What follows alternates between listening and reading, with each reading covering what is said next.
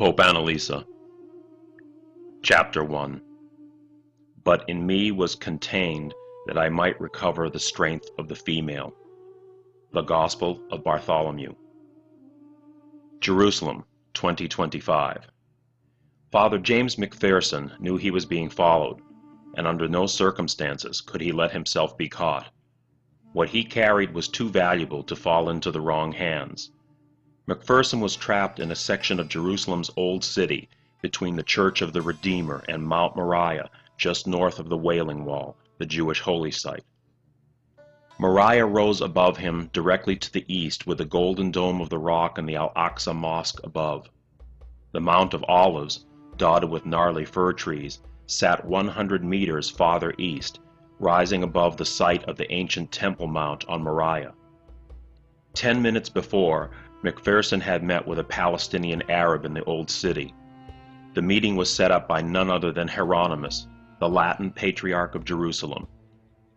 The Patriarch was also of Palestinian ancestry, and he had many contacts in the West Bank and Arab quarters in Jerusalem. 2 weeks ago, an Arab had come to him purporting to have a fragment of a certain ancient document. He refused to say where he had obtained it, and he refused to show the document unless he was paid a large sum of money. All he told Hieronymus was 2 words, a person's name, written in Greek, at the head of the purported text. It was enough. Hieronymus quietly passed the news along to the keeper of the texts in Rome. The keeper had dispatched Father McPherson with the money to rendezvous with the man and make the exchange. McPherson was dressed like an Arab, his keffiyeh headpiece wrapped around to conceal his face. So sensitive was this meeting, so great the need for caution. The Arab had handed him the document, a single page that would alter history in the right hands.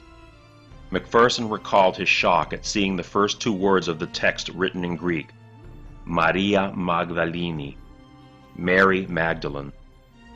Excerpts from the letter flashed across his mind.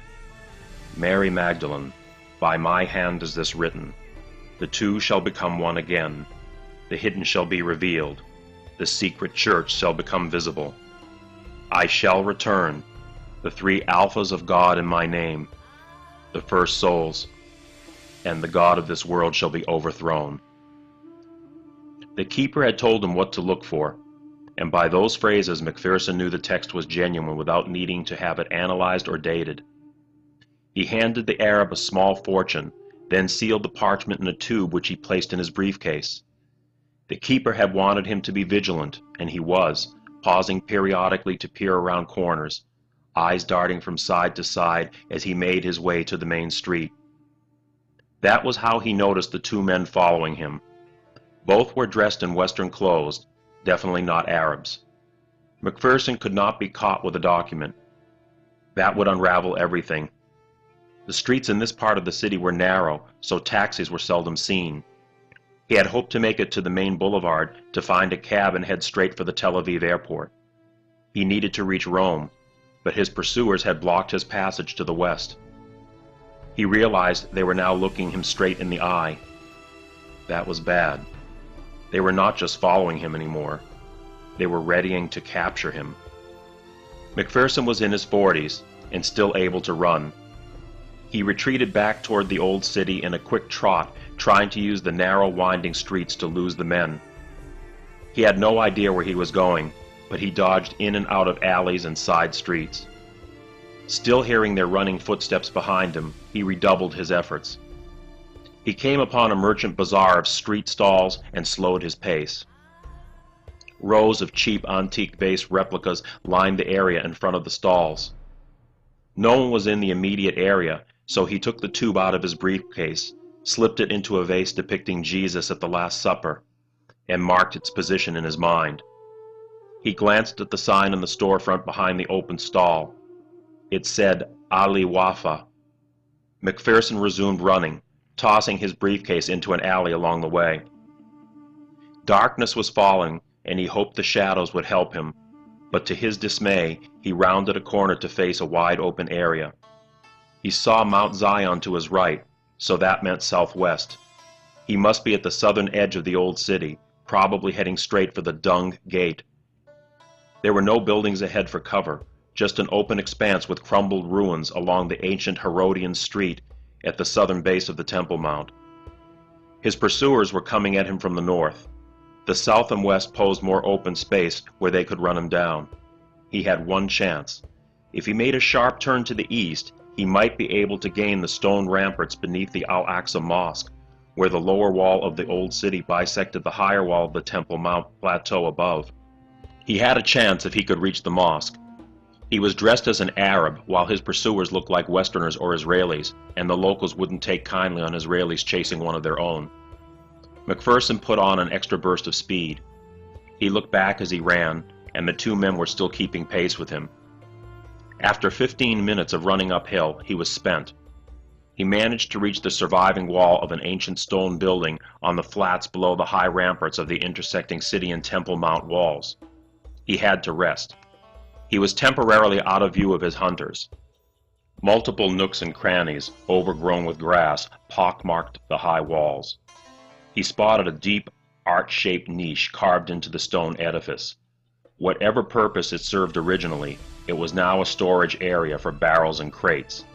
Heavy iron bars covered the opening, but luck was with him. The rusty grill stood open, and he barely squeezed through. He closed the gate so it would appear locked, and he hid behind some barrels. If they searched inside, he was trapped, but he had to rest. Hopefully, his trackers would run past his location. Seconds later, he heard footsteps, and they paused close enough for him to hear the men talking. "Over that way," a voice said in Spanish. Thank God, it appeared they had passed him by. He waited for what seemed an eternity, then slowly crept forward and peered through the heavy metal grating. The way looked clear.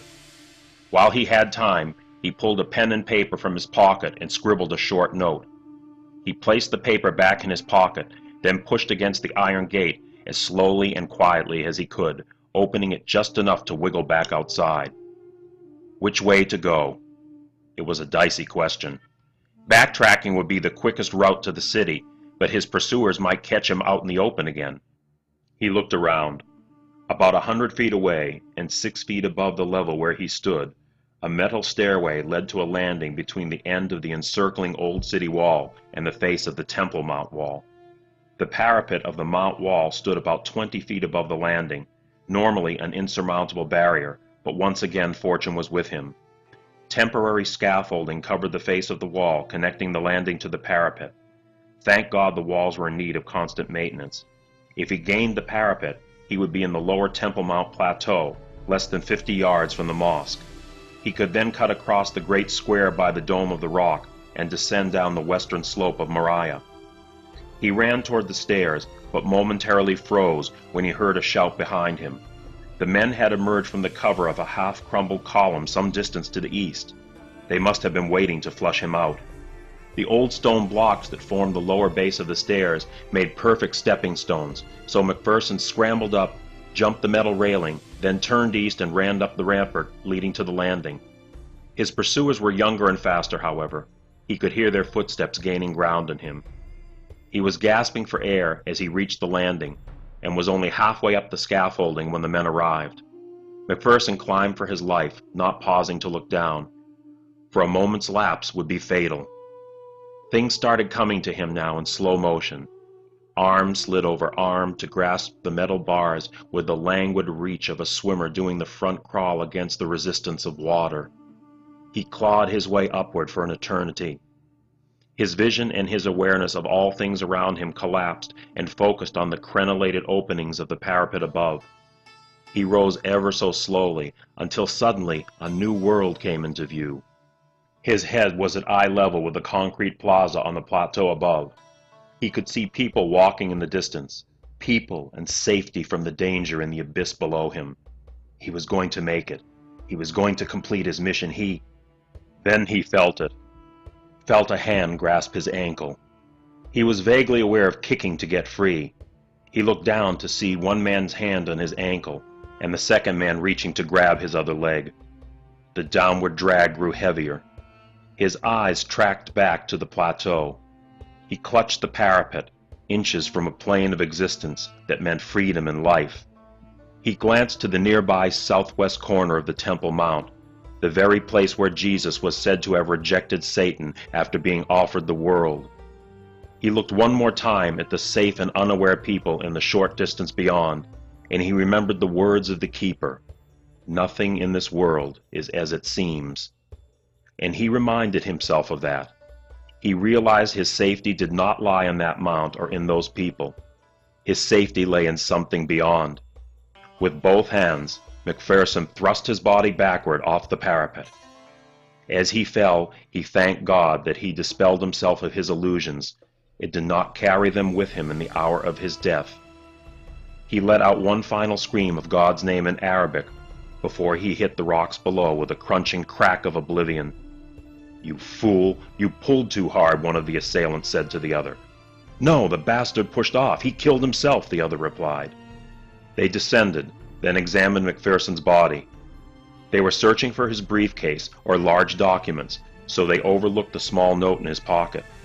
Soon, the onlookers above, drawn over by McPherson's scream, started shouting at them in angry voices. They fled. Now they were scared, not of the crowd, but of going back to Rome empty-handed.